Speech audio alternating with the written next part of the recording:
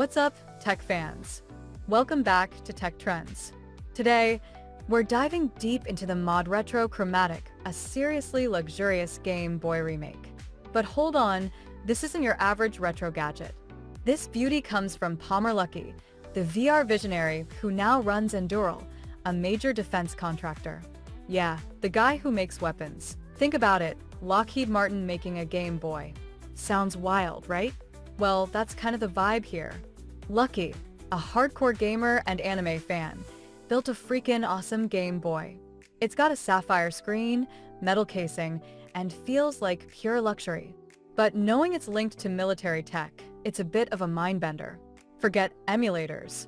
This thing uses actual Game Boy chips. It's like stepping back in time, but with a modern twist. The build quality is insane. I mean, if you dropped it twice on concrete, it barely gets scratched. But here's the thing, it's pricey, and it only plays Game Boy and Game Boy Color games. No Game Boy Advance. Still, the gameplay is pure nostalgia. You can feel the weight, the click of the buttons, it's an experience.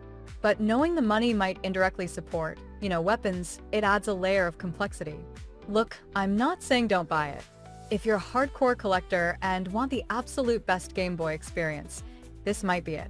But it's a reminder that tech isn't always just tech. It's about the people behind it and the choices we make as consumers. That's it for today. Let me know what you think in the comments. Do you think it's ethical to buy products from companies involved in the military? Let the debate begin. And don't forget to like and subscribe for more tech talk. Peace out.